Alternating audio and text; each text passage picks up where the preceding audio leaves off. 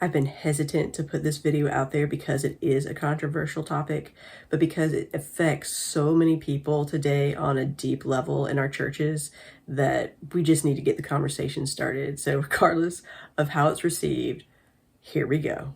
In a place meant for healing and authenticity, why do so many people feel pressure to stay positive at the expense of real human connection?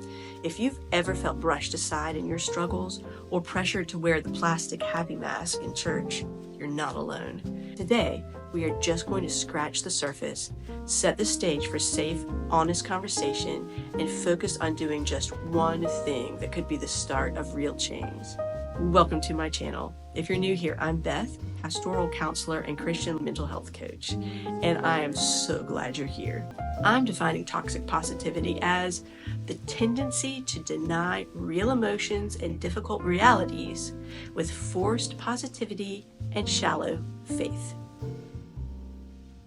But what does this look like? Here are 3 examples. Our first example of toxic positivity looks like forced optimism without compassion. There's a pressure to always be positive at the expense of personal struggles or difficult emotions.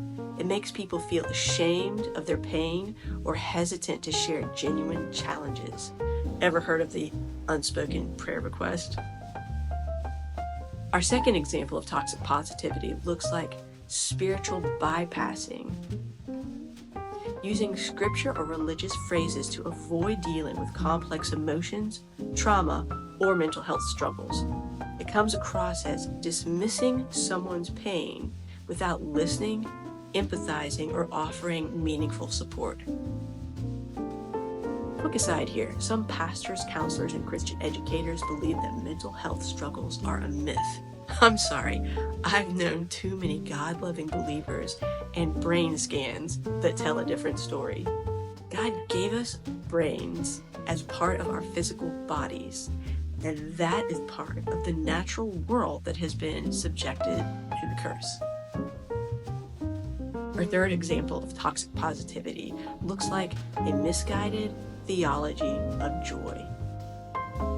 Here we are emphasizing a cheerful countenance, superficial happiness, and constant positive language that creates a cognitive and emotional dissonance in a person who is discouraged or sad or angry or suffering.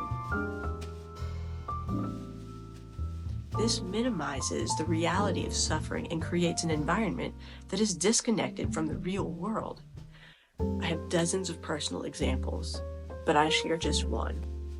My younger sister passed away suddenly from mismanaged care at our local hospital.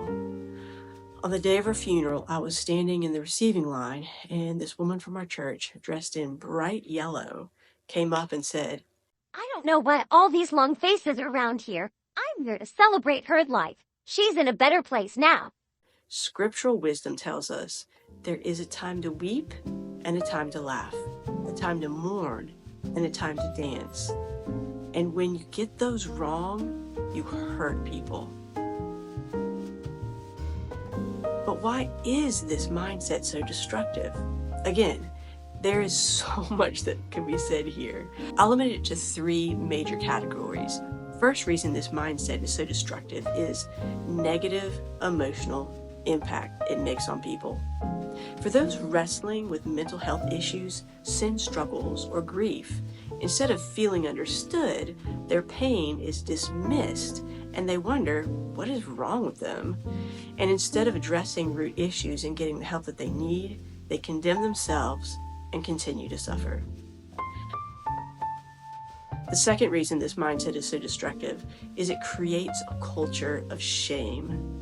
People feel like they have to hide their true selves and conform to the superficial culture. They experience isolation, guilt, and shame for not being like everyone else. They remain in hiding, avoiding the important vulnerability and accountability necessary for true spiritual growth and maturity. And it's never okay to ask hard questions. Third reason this mindset is so destructive is it produces shallow faith. People are never forced to wrestle with the rich spiritual truths of pain and suffering. They avoid passages that express deep pain or sorrow and do not accept the breadth of human emotion or experience. They do not learn to grieve and cannot comfort those who do. They breed more shallow Christians and don't have compelling answers to life's most challenging questions that people are asking today. What is a healthier biblical alternative? I call this having an authentic faith. We can delve into this more in future videos, but this mindset hinges on these three big ideas. First, the encouragement to be honest. True faith allows space for authentic emotions, our own emotions and the emotions of others. We can also acknowledge that struggles don't reflect a lack of faith. They're part of the journey. You can find support for this all over Scripture. The Bible does not avoid hard emotions.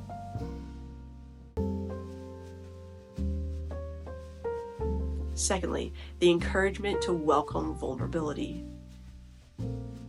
Vulnerability is the bridge that allows for genuine connection and support. It opens the door for real relationships where people can share their burdens without fear of judgment or forced optimism.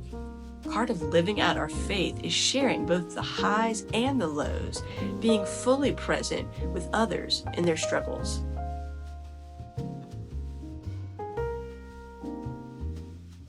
Third is the encouragement to model compassion. Jesus responded with compassion toward people who were suffering, and we, as a faith community, can meet each other with empathy rather than quick fixes. Biblical encouragement is about stepping into the pain with others and offering them the love of Christ through our presence, empathy, and support. That's my take on toxic positivity in the church. I'm totally calling it out for what it is and how it harms people. And I'm really curious how that message resonated with you. Please subscribe if you are interested in more Christian mental health content. I see clients every week who wrestle with issues that are just so common to all of us.